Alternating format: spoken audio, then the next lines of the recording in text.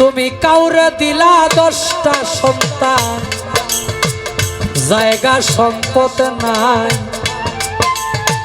কাউরে দিলা কোটি টাকা, একটা সন্তান নাই রে।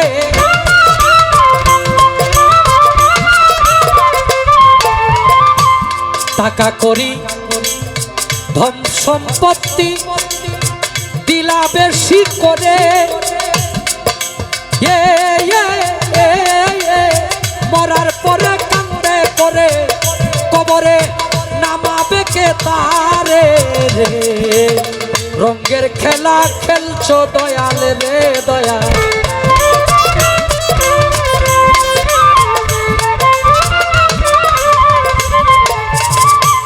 তুমি কাউরে করলা প্রতিবন্ধী, 2টা চক্ষু নাই।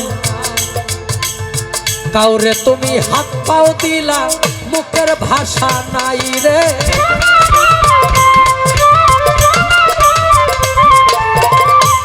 তুমি নদীর এই পার ভাঙো, ওই পার গড়ো, এই কি তোমার খেলা?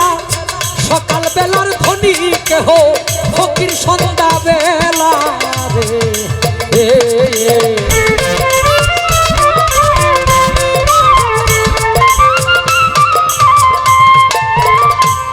তুমি নির্দোষীরে রাখো দয়াল ভবের জেলখানা।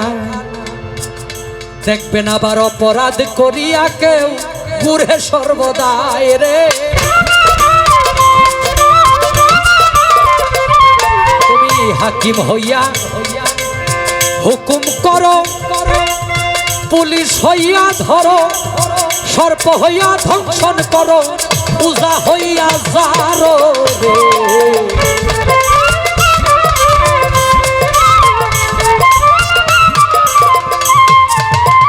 লাস্টের অন্তরায় লেখে, তুমি কারো কলিজায় আগুন দিলা, মা বাবা কাইরা নিয়া আসলো। কাউরে করলা চির দুঃখী সন্তান লাশ বানাইয়া রে।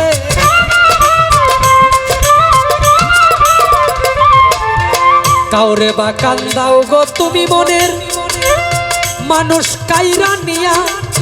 কাউরে বা রাখছো অল্প বয়সে বিধবা বানাইয়া রে।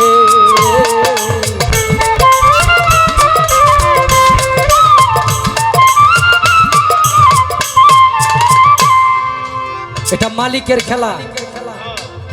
আল্লাহ বলছে, আমি 5 তালাওয়ালাকে ভিক্ষার তালা হাতে ধরায়া জমিনে নামাইতে আমি আল্লাহর বেশি সময় লাগে না। আবার জমিনে ভিক্ষার থালা নিয়ে ভিক্ষা করে তারে 5 তলায় উঠাইতে আমি আল্লাহর বেশি সময় লাগে না। এটা আল্লাহ কয়। সম্পত্তি, ক্ষমতা, এগুলা কয়দিনের দায়িত্ব দেয় মানুষকে। যেমন আপনার 20 কোটি টাকা ব্যাংকে আছে, ব্যাংকে 20 কোটি টাকা আছে, গাড়ি আছে, বাড়ি আছে, এগুলা দায়িত্ব পাইছেন।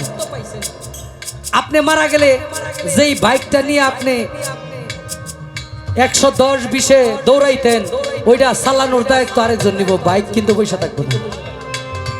আপনি যেই ঘরটা, বাড়িটা 2 কোটি টাকা, 1 কোটি টাকা, 20 লাখ 10 লাখ টাকা খরচ করে বানাইলেন, সুন্দর সুন্দর পাথর দিয়া, ওই বাড়ির গেটও কিন্তু আপনার জন্য বন্ধ থাকবে না, কেউ না কেউ খোলার দায়িত্ব নিবে।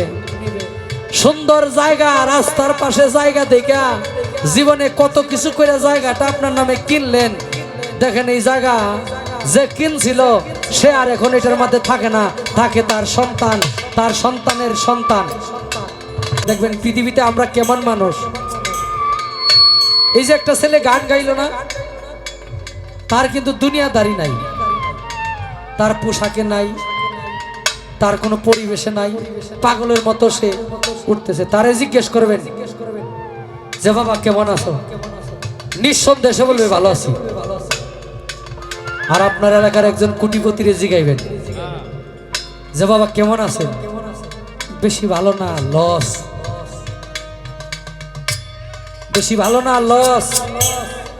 এই সিজনে এমন ধরা খাইছি বাবা, একেবারে শেষ। তার কোটি কোটি টাকা থাকার পরেও সে ভালো নাই। আর যেই ব্যক্তির কিচ্ছু নাই, একজন থালি নিয়ে ভিক্ষা করে রাস্তায় জিগাইবেন 10 টাকা দিয়ে, বাবা কেমন আছেন, ভালো আছি ভালো আছি, তার মুখ দিয়ে কোনোদিন কইব না আল্লাহ আমারে গরিব বানাইছে, আমি ভালো নাই। এটা মালিকের খেলা। অর্ধেক খায় আর অর্ধেক রাইখা দেন, কোনো হিসাব নিকাল দেওয়া লাগে না। এই পাগলা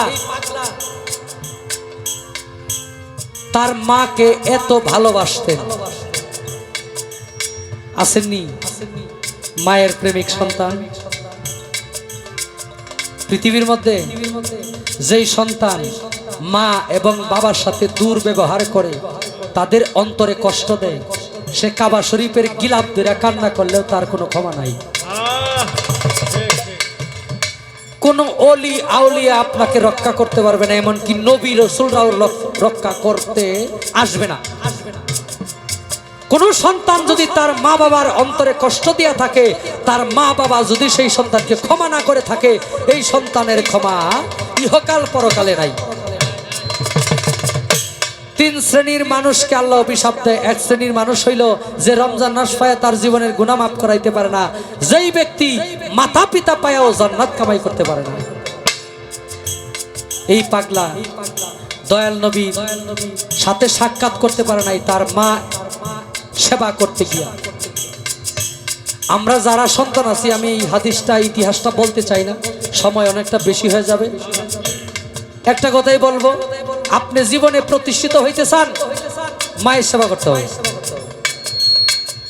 আপনি জীবনে ভালো কিছু করতে চান, মা বাবার সেবা করতে হবে। আপনি জীবনে জনপ্রিয়তা অর্জন করতে চান, মা বাবার সেবা করতে হবে। আপনার জীবনে সুস্থ থাকতে চান, মা বাবার সেবা করতে হবে।